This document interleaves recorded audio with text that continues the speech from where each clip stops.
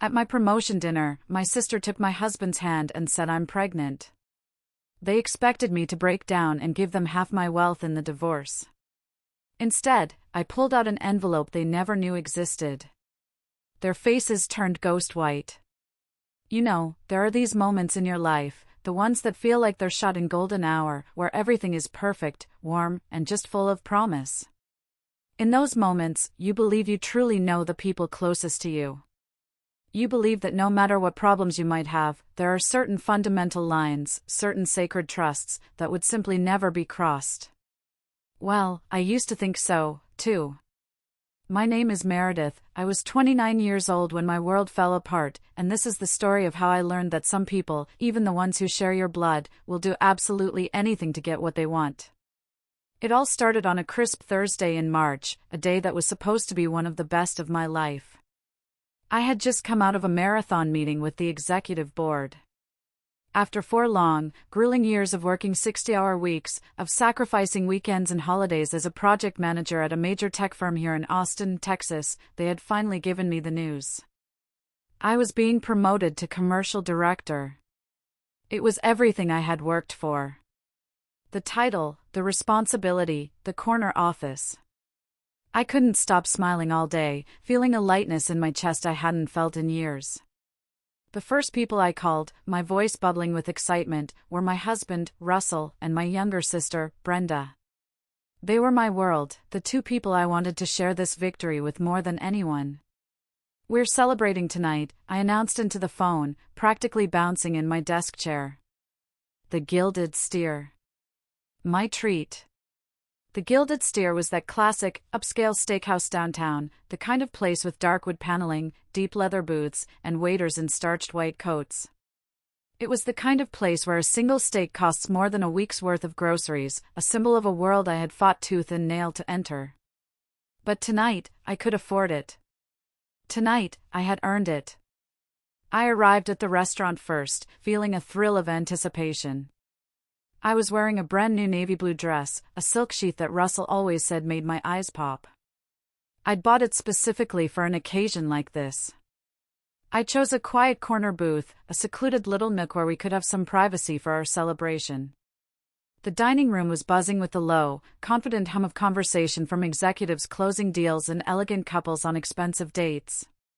For the first time, I felt like I truly belonged in that room. Then I saw them arrive, and a little knot of unease tightened in my stomach. They walked in together. Brenda was absolutely radiant, beaming with a brilliant, almost manic smile I hadn't seen on her face in a long, long time. And Russell. Russell just looked nervous. He was a car salesman at a Lincoln dealership, charming and good-looking, but he always got a bit uncomfortable in places like this, fidgeting with his tie as if it were choking him. But there was something different about him that night. A tension in his shoulders, a darting look in his eyes that I couldn't quite name. "Congratulations on the promotion, Mayor." Brenda enveloped me in a hug, her arms squeezing me with a strange, almost desperate effusiveness. She was never the demonstrative type, especially not with me. It felt rehearsed. Still, I pushed the feeling down, determined to let nothing spoil my perfect night, eager to share my happiness with the 2 people I loved most in the world. We settled into the booth, the rich smell of aged beef and old money hanging in the air. We ordered a bottle of expensive Cabernet Sauvignon, a $200 bottle I'd been wanting to try for ages. As the waiter poured the deep red liquid into our glasses, I launched into my news, my words tumbling out in a rush of pure joy. "You won't believe the portfolio they're giving me," I began, my eyes shining. "I'll be handling the entire European expansion. It's a 40% salary increase, not even counting the performance bonuses. We can finally start looking at houses, Russell. A real house, with a backyard." I looked at him, expecting to see his handsome face break into a wide grin. But he just stared down at his glass, swirling the wine, his expression unreadable. I turned to Brenda, trying to recapture the excitement. "And Brenda, I was thinking, with the extra money, I could finally help you with a down payment on a little studio of your own. Get you out of that cramped apartment." As I talked, painting this beautiful picture of our future, a future I thought we would all share. I started to notice how strange their silence was. Brenda was listening with an unnerving intensity, her eyes wide, hanging on my every single word about my new salary. It wasn't pride I saw in her eyes, it was something else, something sharp and hungry. Russell, on the other hand, couldn't sit still. He just kept folding and unfolding his heavy linen napkin, his knuckles white with tension. He hadn't said more than 2 words since they'd sat down. The festive atmosphere I had imagined was curdling into something heavy and suffocating. Actually, Brenda interrupted me, her voice cutting through my excited rambling like a shard of ice. We have some news to share, too. She reached across the heavy oak table, her movements slow and deliberate, and took Russell's hand. My stomach didn't just drop. It plummeted. It felt like the floor had just fallen out from under me, sending me into a cold, dark freefall. The cheerful buzz of the restaurant suddenly faded into a distant, muffled roar, like I was underwater. The warm, golden lights of the chandelier above us seemed to flicker and dim. I couldn't take my eyes off her hand, her perfectly manicured fingers lacing through my husband's, a gesture of ownership, of intimacy that felt like a physical blow. I'm pregnant, she said, her voice clear and steady, laced with a note of pure triumph. The world stopped. Literally. It was a punch to the gut that knocked all the air from my lungs. I couldn't breathe. I couldn't think. All I could do was stare at their linked hands. Pregnant. My sister, Brenda, was pregnant. I know this is a complicated situation, Russell finally spoke, his voice raspy, barely a whisper. He still couldn't look at me, his gaze fixed on a spot on the tablecloth. But it just happened, Meredith. We fell in love. They both watched me then, their faces a bizarre mixture of nervous expectation and a poorly disguised, smug satisfaction. It was as if they were waiting for the explosion. They wanted me to scream, to cry, to throw a drink in his face, to make a scene that would give the other tables something juicy to whisper about over their creme brulee. They wanted a drama, and I was meant to be the hysterical star. But I couldn't do anything but stare. My sister.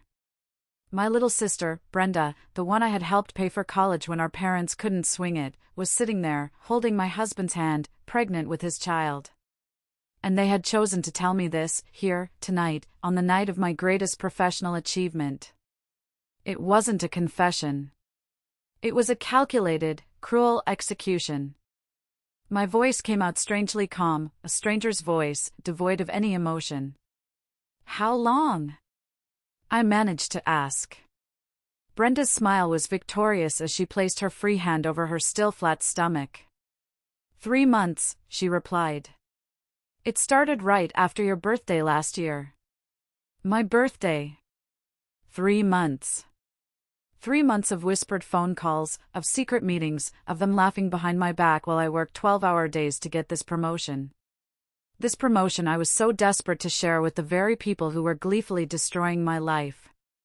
On the silent, 20-minute drive home, the neon city lights of Austin blurring through my unshed tears, my mind became a frantic projector, flashing through years of little moments, little comments, little slights that suddenly clicked into place like a key turning in a lock.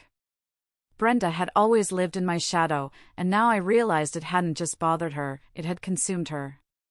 It had festered into a corrosive envy that had poisoned everything between us. I was the older daughter, the responsible one, the one who got good grades without seeming to try. She was the youngest, the spoiled one, the one our parents shielded from every hardship, always making excuses for her failures. But for some reason, it was never enough for her. We grew up in a modest, middle-class family in San Antonio. Our dad was a CPA, our mom a third-grade teacher. We never wanted for anything essential, but Brenda always acted like she was entitled to so much more. She truly believed she deserved the things I had, the success, the recognition, the money, just without putting in any of the backbreaking effort. To her, my success wasn't a result of hard work, it was about luck, or favoritism, or some cosmic injustice that gave me everything and left her with the scraps.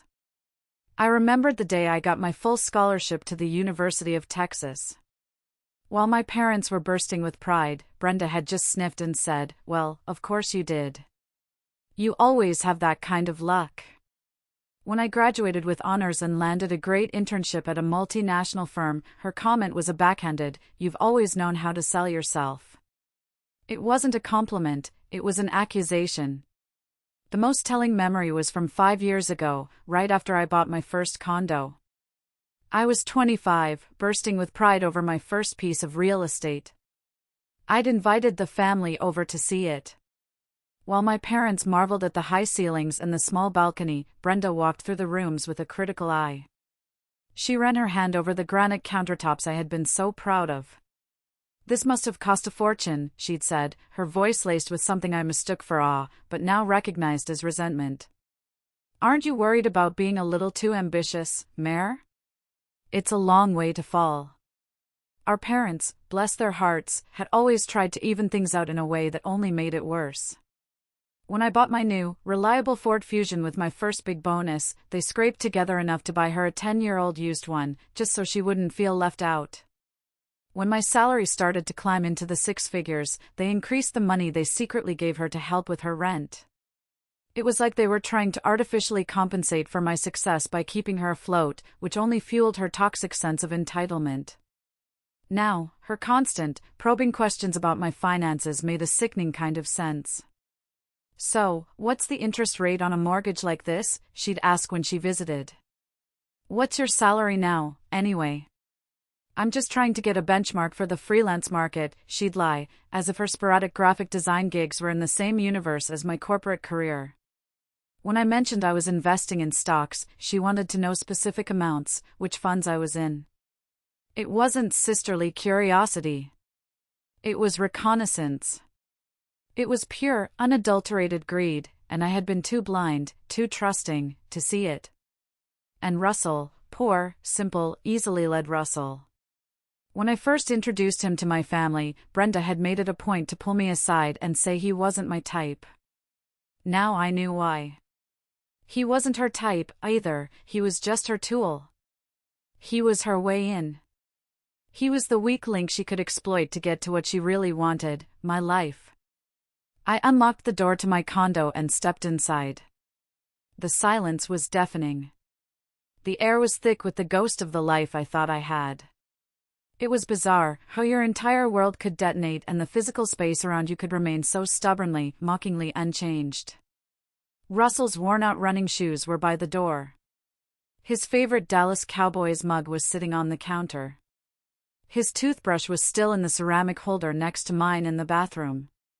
Each object was a tiny, painful monument to a lie.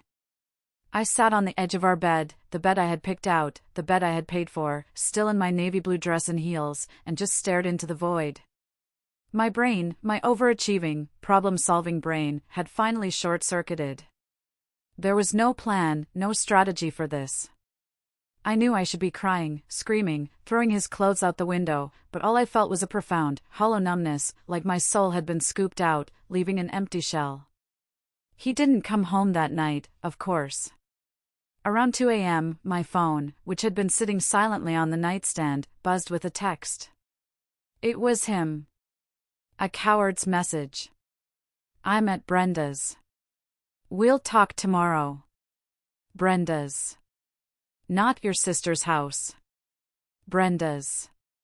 He called her place like it was his home now, a familiar destination. As if our 4 years of marriage, our shared life, were just an inconvenient detour on his way to her. As if I was the obstacle that had finally been removed. I spent the rest of the night awake, pacing the 1,200 square feet of the condo I'd bought with my own money, trying to understand how I could have been so blind. The signs were all there, weren't they? Russell working late more often in the last few months. Brenda suddenly calling more frequently, asking about my schedule under the guise of sisterly chatter. Them arriving at the restaurant together as if it were the most natural thing in the world. It all made a sickening kind of sense now. When the sun finally began to stream through the blinds, I was still sitting on the couch, my beautiful dress wrinkled, my makeup a smeared wreck. My phone showed 17 missed calls from my mother. Brenda, the master manipulator, had already called her, no doubt spinning some romanticized, tragic tale of star-crossed lovers who just couldn't help themselves. My mother's inevitable call came a few minutes later. "Meredith, honey," she began, her voice laced with a pained confusion. "Brenda told me, honey, these things are complicated. Love is a funny thing. And now there's a baby to think about." I cut her off. "Mom, I can't talk about this right now." I called my assistant, Simone, my voice a dead monotone. "I'm not coming in today." She knew better than to ask questions. She just said, "Take care of yourself, Meredith. You never miss work. Whatever it is, I hope you're okay." Under the hot spray of the shower, I finally broke. It wasn't a dramatic, movie-style breakdown, but the quiet, exhausted sobs of someone who had just lost the two people she thought she could trust most in the world. When I got out, I saw 3 texts from Brenda. "Mare, we need to talk. This wasn't how we wanted you to find out. I know it's hard, but we can resolve this like adults." I held my thumb over the screen and deleted the entire thread without a second thought. She didn't deserve a response. That evening, Russell showed up with an empty suitcase to get some of his things. He still had his key. The audacity of him letting himself into my home, the home he had betrayed, was staggering. He tried to explain himself while he packed, spewing the kind of empty clichés you hear in bad movies. "It wasn't planned, Mare. It just happened." As if betrayal were a sudden weather event, an act of God beyond his control. "Brenda was going through a tough time," he mumbled, stuffing shirts into his bag. "She needed someone to talk to." I watched him, a cold, hard clarity forming in my mind. The numbness was receding, replaced by a slow-burning, icy rage. "I'm going to find a lawyer," I said, my voice flat and final. He stopped packing and looked at me, a flicker of genuine panic in his eyes. The reality of consequences was beginning to dawn on him. "Mare, it doesn't have to be like this," he said quickly. "We can be civil. We can divide things fairly. No need to get lawyers involved and make it messy. Fairly." The word hung in the air, a monument to his delusion. After he left, the silence of the condo felt less like emptiness and more like a clean slate. I immediately called my best friend from college, Corinne. She wasn't just my friend, she was a shark of a family law attorney in Houston. I told her everything, my voice steady, relaying the facts without emotion. When I finished, she was silent for a moment. Then she said, "Meredith, I am so sorry. But right now, we need to move past the emotion and get practical. I need you to gather every single financial document you have. Bank statements, deeds, tax returns, investment portfolios. Everything. You fought for what you have. You are not going to just hand over half of your life's work to the man who betrayed you with your own sister." Her words were a jolt of electricity. She was right. This was no longer just about a broken heart, it was about protecting my future. I walked into my home office, the one I'd meticulously set up in the second bedroom. I was a person who thrived on organization, on control. I pulled out my color-coded folders and started laying them out on the desk.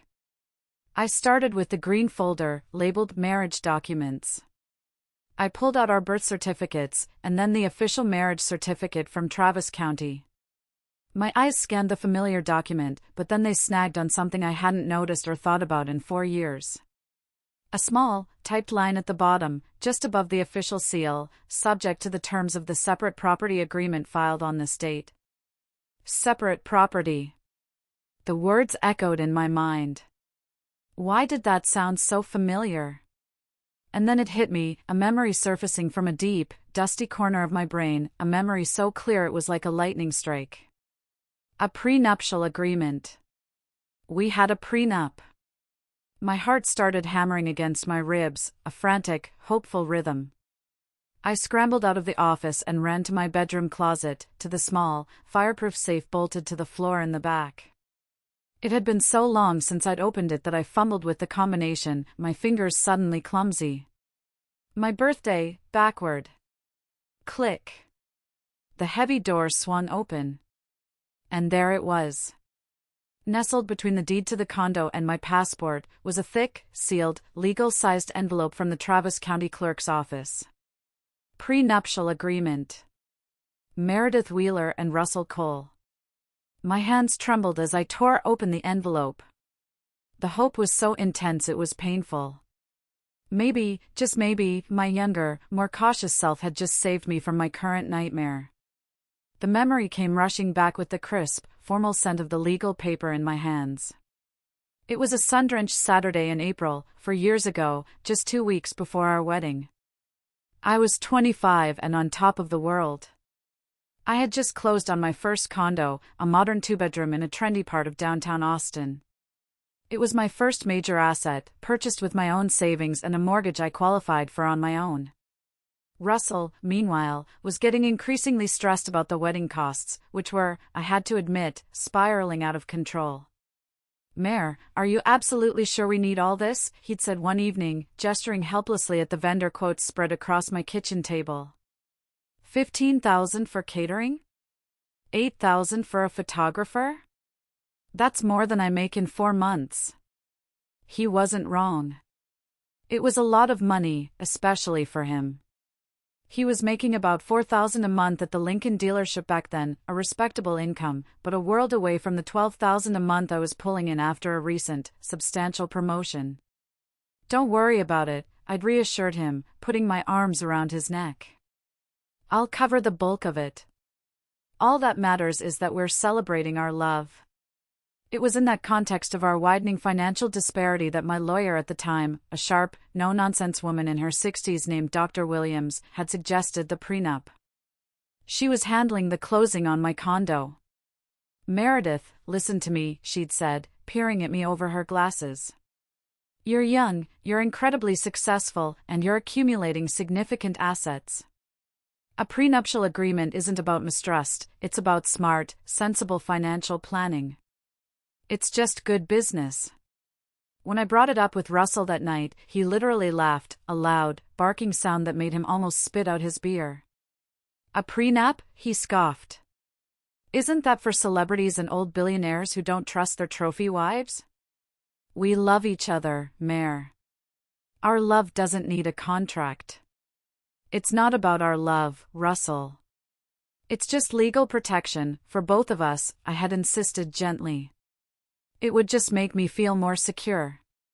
"If it's that important to you, then fine," he finally relented with a sigh, though he clearly thought I was being paranoid and overly dramatic. "But honestly, I think you're overcomplicating something that should be simple." We went to Dr. Williams's office on a Thursday morning. I remember the day with photographic clarity because Russell was miserably hungover. He'd been out with his work buddies for a last bachelor outing and had stumbled in late the night before. He showed up to the lawyer's office 15 minutes late, looking sleepy and irritable, complaining under his breath that he'd lost an important sale because of the appointment. He was more focused on his lost commission than the document that would define our financial future. Dr. Williams, a model of professionalism, explained the basic terms with the patience of a saint. "Complete separation of assets," she said, her gaze fixed mainly on Russell, trying to gauge his comprehension. "This means each of you maintains ownership of your individual property, both what you bring into the marriage and what you acquire during it. This agreement protects both of you. Do you understand?" Yeah. Got it. What's mine is mine, what's hers is hers, right?" "Makes sense," he'd said, nodding distractedly. He was already pulling out his phone, sneaking a look at his texts under the table. It made no sense at all that he'd actually understood, because Russell's eyes glazed over whenever I tried to talk about anything more complex than our monthly budget. He signed every page, all 15 pages of dense, single-spaced legal text, with the casual, hurried air of someone signing a delivery receipt. He didn't read a single word. He just wanted to get it over with so he could get back to the dealership. Driving back to my condo in my car, he'd put his hand on my knee and smiled. I still think this whole contract thing is kind of weird, he'd said. But if it makes you happy, that's all that matters. In 2 weeks, we'll be husband and wife. Forever. He truly hadn't understood a thing. To him, it was just another piece of bureaucratic paper, a meaningless formality on the path to the wedding. He had no idea that in his hungover, distracted state, he had just signed away any right to my present and my future fortune. And I, so blissfully in love and confident in our forever, didn't mind his lack of attention. The contract was just a formality we'd never, ever need. How tragically, beautifully wrong I was. Now, for years later, standing in the harsh light of my bedroom at 2 a.m, I finally understood the profound value of that rich people nonsense. I spread the pages of the contract out on my bed. The legal words that once seemed like dry, formal jargon now shone on the page like a sacred text, a declaration of my independence. I read each clause again, my heart pounding with a wild, triumphant rhythm. Clause 1, complete separation of property. Each spouse shall maintain individual ownership of all property owned prior to the marriage and, crucially, all property acquired during the marriage through individual effort, inheritance, or investment. During the marriage. My breath caught in my throat. That single phrase was my shield, my fortress. The condo I had bought before we were even married. The substantial investment portfolio I funded every single month from my own salary. The valuable stock options I received from my company as part of my compensation. The $50,000 stake in the tech startup I had bought 2 years ago with my bonus money. All of it. It was exclusively, unequivocally, and legally mine. I moved on to the next section, my eyes flying across the page. Clause 2, dissolution of marriage. In the event of dissolution of marriage, there shall be no division of separate property. Each party shall retain the entirety of their individual assets, and waive any and all claims to the assets of the other party. No division of property. He had no right to anything. Absolutely nothing. It was so clear, so absolute. I kept reading, my hands no longer trembling but steady, searching for a loophole, some obscure clause he could use against me, but there was none. Dr. Williams had drafted an ironclad, impenetrable fortress around my life's work. And then I saw it. The final, beautiful nail in the coffin of their greedy little plan. Clause 3, spousal support waiver. In consideration of the mutual waivers herein, both parties hereby knowingly and voluntarily waive any and all rights to spousal support, alimony, or maintenance from the other party, both temporary and permanent, in the event of a separation or divorce. Alimony. He had no right to ask me for a single penny of alimony. Considering the vast difference in our incomes, he would have been the one legally entitled to ask for financial support after the divorce. But he had signed that right away, traded it for another beer with his buddies. For the first time in 3 agonizing days, a real, genuine smile spread across my face. It felt foreign, but wonderful. Russell had signed his own financial death warrant 4 years ago, and he didn't even have the slightest clue. And Brenda.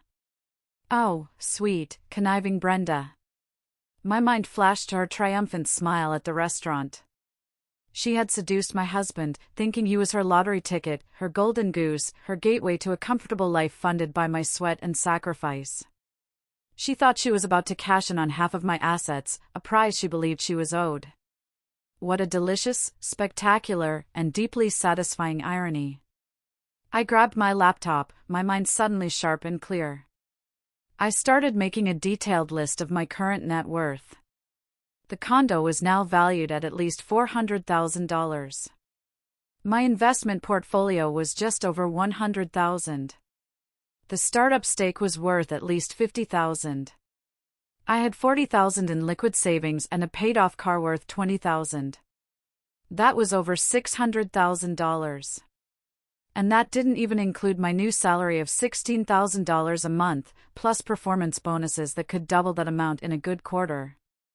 Russell would continue making his $4,000 or $5,000 a month selling cars. Brenda didn't fall in love with my husband. She fell in love with my portfolio. And they had both made a fatal, ruinous miscalculation. They had no idea about the armor of ink I had wrapped around my life all those years ago. I took photos of every single page of the contract with my phone and emailed them to my lawyer, Corinne. The subject line was one word: found. 15 minutes later, even though it was nearly 4 a.m., she replied. Her message was short and sweet. Meredith. This changes everything. Call me the second you wake up. They have no idea what's about to hit them. The next morning, I woke up a different woman. The grief and shock were still there, simmering beneath the surface, but they were now overlaid with a new, powerful emotion: resolve. A cold, hard, diamond-like resolve. While drinking coffee in my sun-drenched kitchen, looking out at the Austin skyline, I finally saw their entire scheme with perfect clarity. Brenda's plan wasn't just an impulsive, passionate affair, it was a long, calculated game of greed. She saw Russell not as a partner, but as a crowbar, a tool to pry open the life I had built and take what she felt she was owed. And the dinner at the Gilded Steer, it wasn't a desperate, tearful confession. It was a performance. It was a carefully staged piece of theater designed to humiliate me, to break me down in the most public way possible so that I'd be too emotionally shattered to fight back during the divorce proceedings. They expected me to beg, to plead, to offer them anything to save my marriage. They expected a victim. They were about to be very, very disappointed. I called Corinne first thing, my voice steady and clear. Meredith, my girl, she said, and I could hear the excitement in her voice. I've reviewed the scans you sent. This contract is a work of legal art. It's ironclad. Russell has no legal right to a single dime of your separate property.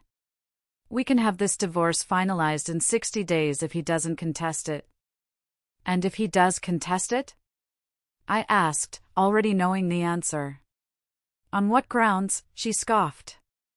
He'd have to prove he was coerced or mentally incompetent when he signed it, which is impossible. He's screwed, Meredith. Plain, simple, and legally screwed. Screwed. He was screwed and he didn't even know it yet. A plan began to form in my mind, a plan for a second act to their little play, only this time, I would be the one directing.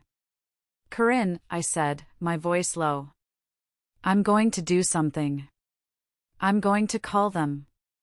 I'm going to propose a civilized conversation about the divorce. There was a pause. Meredith, are you sure? It might be simpler and emotionally safer to just let me handle everything through official channels. I'm sure, I replied, a new hardness in my voice that I didn't recognize. They planned my public humiliation down to the last detail. I want to return the favor. I want to see their faces when they find out the truth. 3 long weeks passed. 3 weeks of my mother calling, trying to mediate, telling me to be the bigger person and think of the baby. Brenda had done a masterful job of painting me as the bitter, selfish sister who couldn't accept their true love. In the 4th week, when I knew they would be getting impatient and anxious about the money, I finally made the call. I called Brenda. She answered on the 2nd ring, her voice breathless, as if she'd been waiting by the phone. Brenda, hi, I said, my voice carefully pitched to sound tired and resigned. Look, I've had a lot of time to think about this whole situation, and I think you guys are right. There's no point in holding a grudge. We're adults. These things happen. There was a beat of stunned silence on the other end. This was not the reaction she was expecting. Really? She stammered. You're okay with this? I'm trying to be, I sighed, putting every ounce of my acting ability into it. I mean, you fell in love. It wasn't anyone's fault. And now there's the baby to think about. I was thinking, maybe we could meet to talk civilly about how to resolve everything without a big, messy fight. Just to settle things like adults. Her relief was so palpable I could feel it through the phone. Wow, Mare. That would be great. Russell will be so happy. He was so worried you were going to make a scene and drag this out. No scene, I said smoothly. Let's meet at the Gilded Steer again. Saturday night. Since that's where it all started. We can give it a new memory. A memory of closure. Perfect, she chirped, her voice bright with victory. I hung up the phone and a slow, cold smile spread across my face.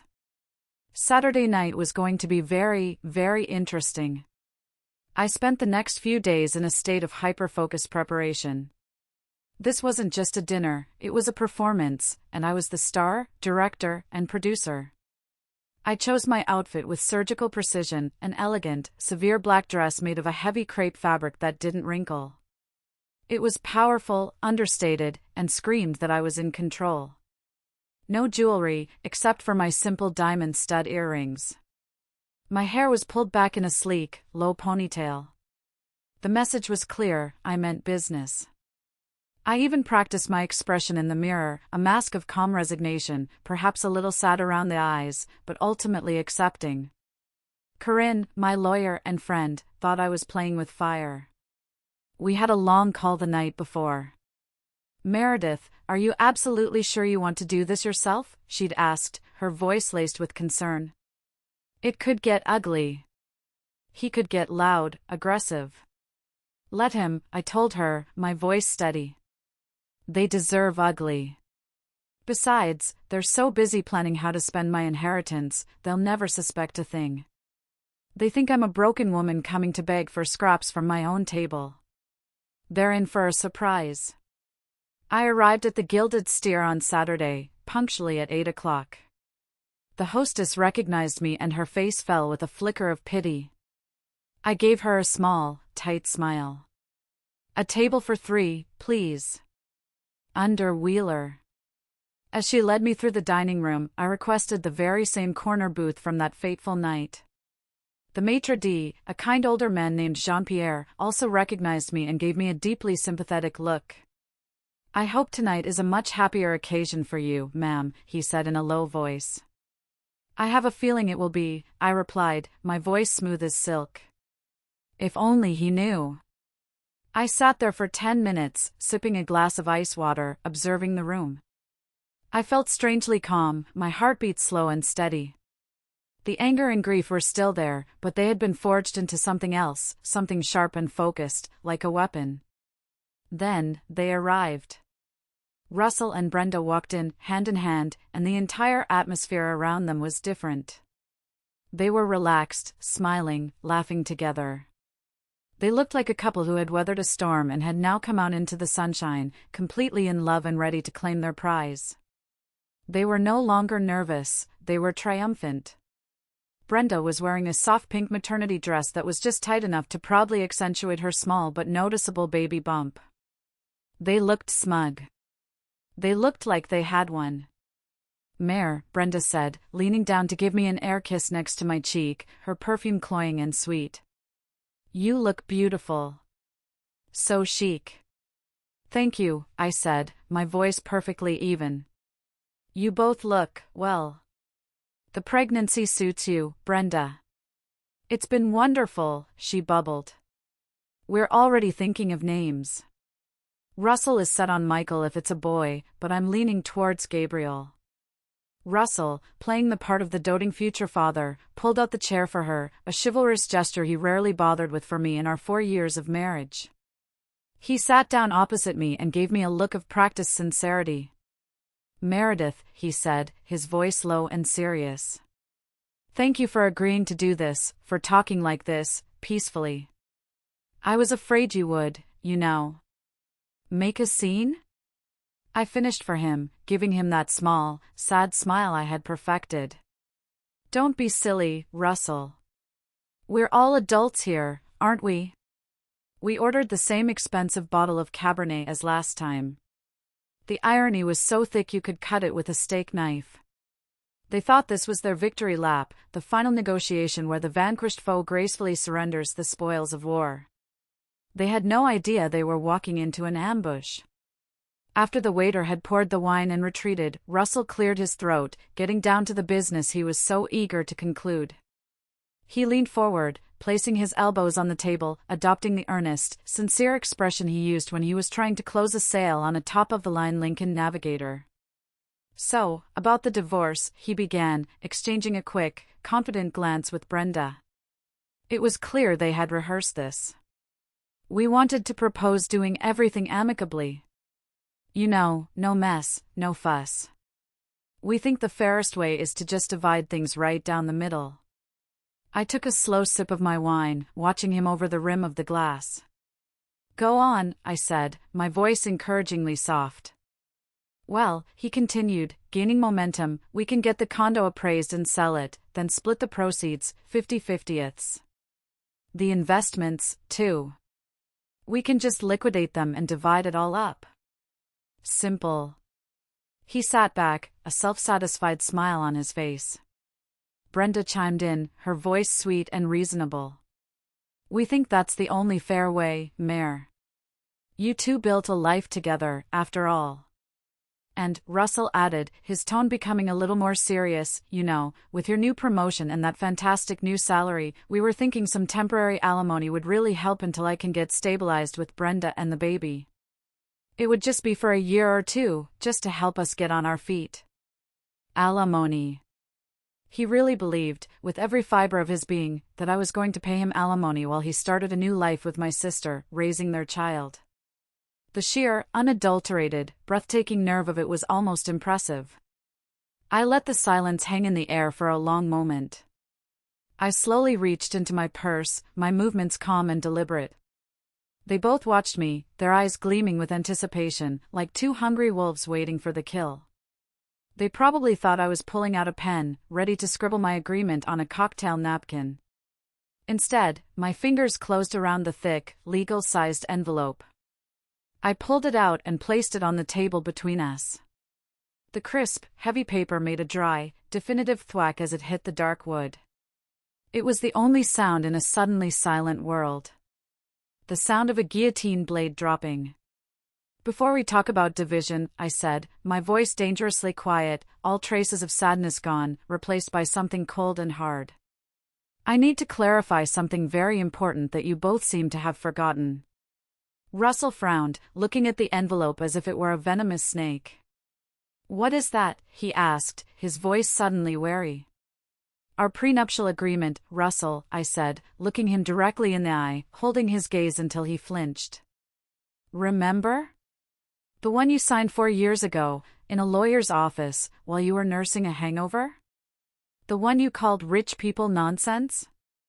The color drained from his face so fast it was like watching a time-lapse video of a flower wilting. He went from a healthy tan to a pasty, sickly gray in a matter of seconds. Brenda looked from me to him, her brow furrowed in utter confusion. "What agreement?" she demanded, her voice sharp. "You made a prenuptial agreement?" "We did," I said, my gaze never leaving Russell's panicked face. "And he signed it without even bothering to read it." I pulled the pages out of the envelope and spread them on the table like a winning hand of poker, so they could both see. I pointed to the first bolded heading. Complete separation of assets. "Do you remember what that means, Russell? Or were you too busy checking your phone that day?" His hands were visibly trembling as he picked up the pages. His eyes darted frantically across the lines, trying to process the dense legal terms he had so arrogantly and foolishly ignored 4 years ago. "Now, hold on, Mayor," Brenda said, her voice losing its confident edge as she tried to take control of a situation that was rapidly spinning out of her grasp. "Even with some kind of agreement, you were married for 4 years. There's community property, division of assets acquired during the marriage. Not when there's a complete separation of assets, Brenda," I cut her off, my voice as sharp and clean as a surgeon's scalpel. I tapped my manicured finger on the specific clause on page 2. "It's right here. In black and white. Each spouse shall maintain individual ownership of all property owned prior to the marriage and all property acquired during the marriage. That means the condo, the investment portfolio, the stock options, everything I earned with my brain and my hard work, stays with me. This can't be legal." Russell finally exploded, his voice cracking and rising an octave. He slammed his hand on the table, rattling the silverware and drawing attention from the neighboring booths. The condo, the investments. I lived there. I contributed to the expenses. You contributed $300 a month for groceries and gas, Russell, I said calmly, my voice a low, steady counterpoint to his rising hysteria. I paid the $1,800 mortgage every month, on time, from my own bank account. I paid the $200 condo fees. I paid for the utilities, the internet, the insurance. Your $300 does not give you property rights over a $400,000 asset. That's not how math, or the law, works. Brenda was now frantically flipping through the pages, her eyes wild, her face pale, searching desperately for a loophole, a lifeline, some escape clause from the nightmare that was unfolding before her. But alimony, she shrieked, her voice thin and reedy. He has a right to alimony. You make so much more than him. I gave her a slow, cold smile. It didn't reach my eyes. An excellent point. Please turn to page 5, section 3. It's titled Spousal Support Waiver. Allow me to read it for you. Both parties hereby knowingly and voluntarily waive any and all rights to spousal support, alimony, or maintenance. Russell waived his right to alimony when he put his neat little signature on this line right here. I didn't know what I was signing, he yelled, his face contorted with a mixture of panic and impotent rage. You tricked me. This is a trick. I tricked you? I asked, my voice dangerously low. I leaned forward, the predator cornering its prey. Russell, you were a 30-year-old man sitting in a lawyer's office. She explained every single clause in plain English. You said, and I quote, yeah, makes sense. There are witnesses. It's all registered at the courthouse. It is as legal and as binding as the marriage vows you so casually threw away. The expression on Brenda's face was a slow-motion car crash of emotions. It morphed from confusion to disbelief to pure, unadulterated horror. The reality of their situation, the catastrophic failure of her grand plan, was finally hitting her like a freight train. You mean, he gets nothing? She whispered, the words barely audible, her dream of a comfortable life dissolving into thin air. Nothing, I confirmed, gathering the pristine pages and sliding them back into their envelope. Zero. Zilch. Nada. Russell leaves this marriage exactly as he entered it, with his financed pickup truck, his collection of polo shirts, and his own significant credit card debts. Russell buried his face in his hands, finally understanding the catastrophic scale of his miscalculation. Meredith, for God's sake, he pleaded, his voice muffled by his palms. We can talk about this. There has to be a way. You can't just leave me with nothing. I'm going to have a child to support. No, Russell, I said, my voice devoid of any sympathy as I emphasized each word. You are going to have a child to support. I leaned in again, my voice dropping to a conspiratorial whisper. Which brings me to my next point. Child support. Brenda's head snapped up, her eyes wide with fresh terror. Child support? Of course, I said, feigning surprise at her ignorance. The father has a legal obligation to pay child support to the mother. Here in Texas, the guideline is typically 20% of the non-custodial parent's net income for one child. So let's do the math, shall we? I pulled up my phone and opened the calculator app, making a show of tapping in the numbers. You earn, what, $5,000 a month, gross? After taxes, that's about $3,800 net. 20% of that is $760. Every single month, Russell. That money will be coming out of your paycheck and going directly to Brenda. Every month, until your child turns 18. They stared at each other in stunned, panicked silence. They were partners in crime, and they were just now realizing that one of them was going to have to pay the other for their shared transgression for the rest of their lives. The irony was exquisite. Walking out of that restaurant for the second and final time was like stepping out of a long, dark tunnel into the bright sunlight. I didn't look back. I didn't feel sadness or anger anymore, just a profound, cleansing sense of liberation. In the parking lot, sitting in the quiet sanctuary of my car, I finally allowed myself a moment of pure, unadulterated satisfaction.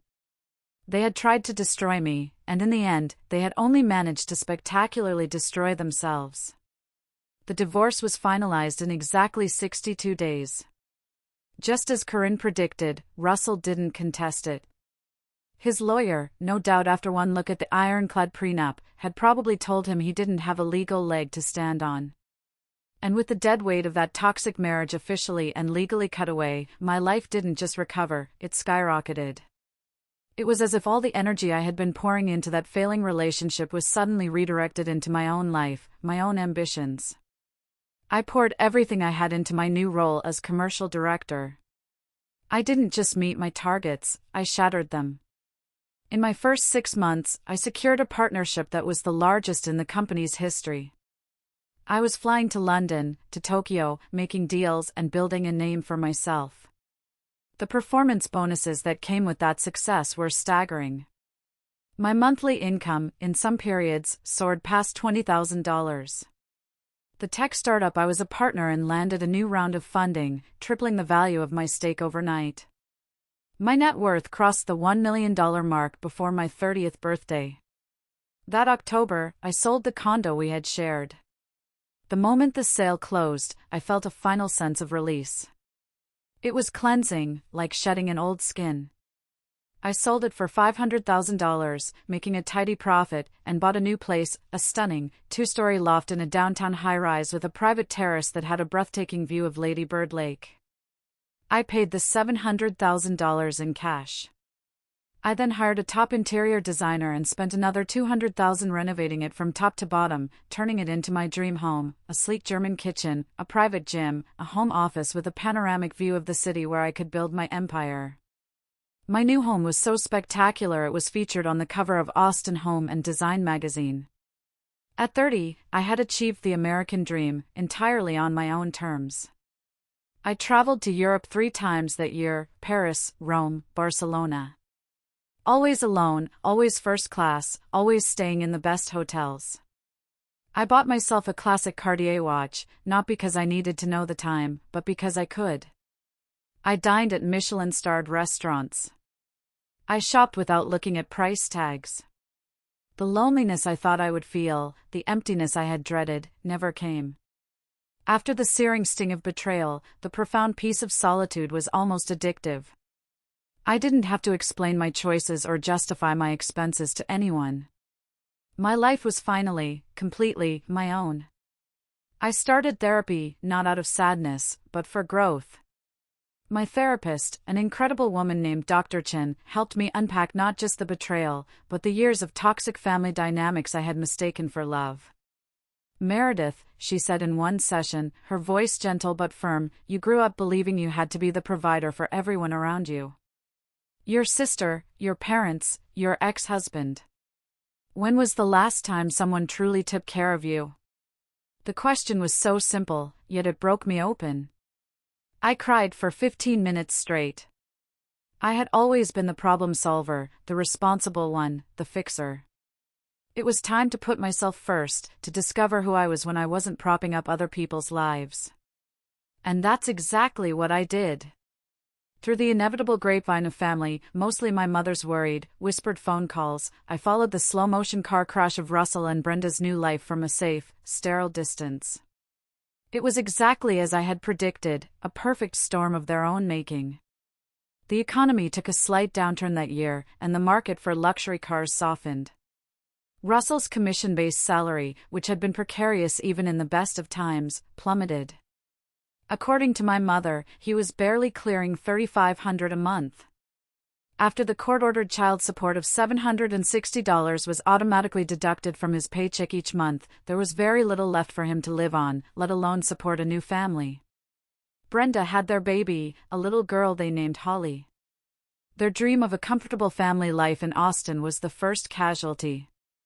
They couldn't afford a 2-bedroom apartment, so Brenda and the baby moved back home with our parents in their small, 2-bedroom house in San Antonio. Our parents, who were retired and living on a fixed income, were now supporting 3 adults and an infant on my father's meager pension. The financial and emotional strain on them was immense. Russell tried to get a transfer to a dealership in San Antonio to be closer to them, but nothing was available.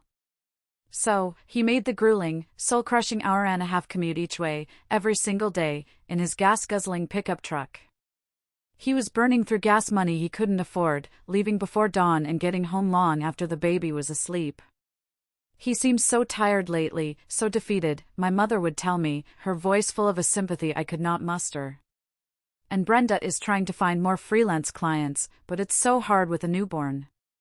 Eventually, the pressure cooker situation at my parents' house became untenable. Russell and Brenda moved out, not into a nice starter home or even a decent apartment, but into a rented single-wide trailer in a rundown park on the dusty outskirts of San Antonio. $500 a month for a tiny, cramped metal box with thin walls and a leaky roof. It was all they could afford. My mother said they fought constantly.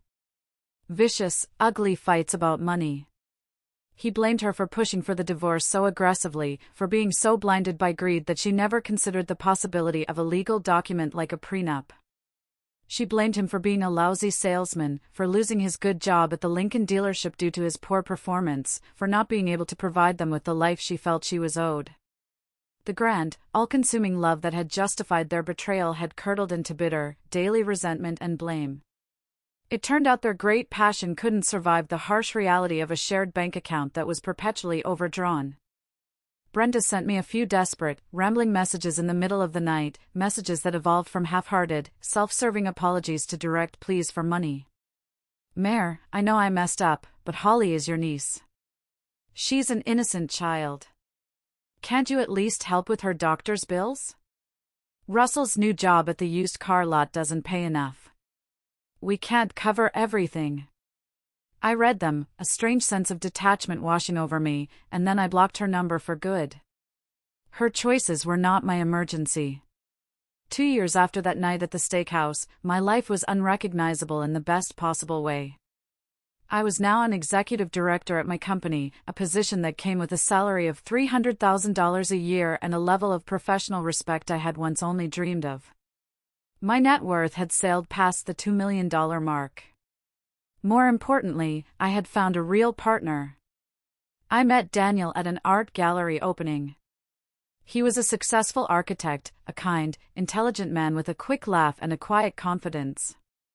He had his own successful firm, his own ambitions, his own life. Our relationship wasn't built on need or dependency, it was built on a foundation of mutual respect, shared interests, and genuine partnership.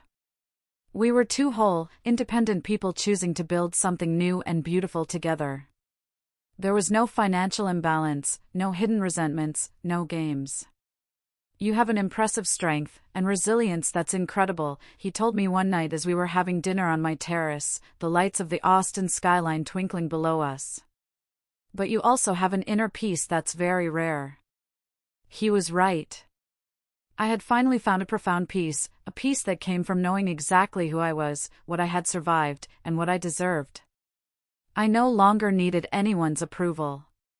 I no longer felt the crushing, lifelong obligation to support people who only took from me. Family, I had learned, isn't just about blood. It's about who truly celebrates your wins, who respects your boundaries, and who supports your well-being. My assistant, Simone, who had become a close friend, and my lawyer, Corinne, were more family to me in those years than Brenda had ever been. On the 3rd anniversary of the betrayal, a day I no longer marked with sadness but with a quiet sense of gratitude for the freedom it had brought me, I received a message from an unknown number. It was Russell. "Meredith, I know you have no reason to ever want to talk to me again, but I need to say something. You were right. You were right about everything. About me, about Brenda, about the money. I was a weak, foolish man and I destroyed the best thing I ever had in my life. I hope you're happy. You deserve it." Reading that message didn't bring me a surge of satisfaction or a flare of anger. It just brought a quiet, final sense of closure. He had finally understood the magnitude of what he had lost, but it was years too late. I had moved on so completely, had built a life so full and rich, that his apology was like a letter addressed to a person who no longer existed, a ghost from a past life. I looked at the message for a moment, took a deep breath, and then I deleted it without responding. Today, I look back at that horrible night at the Gilded Steer and I see it for what it truly was, the best gift life could have ever given me. It was a painful, brutal, and necessary catalyst. It forced me to discover the depth of my own strength. It taught me that my dignity and my self-respect are non-negotiable. My story isn't about revenge. It's about justice. It's about the profound and liberating lesson that when you finally stop propping up people who only want to use you, you have so much more energy, so much more strength, left to build something truly extraordinary for yourself. Thank you so much for listening to my story. It was a difficult journey, but one that ultimately led me to a place of strength and peace I never thought possible. I'm curious, have any of you ever had a moment in your life where you discovered your own strength only after a major betrayal? Let me know your story in the comments below. And if you found my story compelling, please give this video a like and subscribe for more.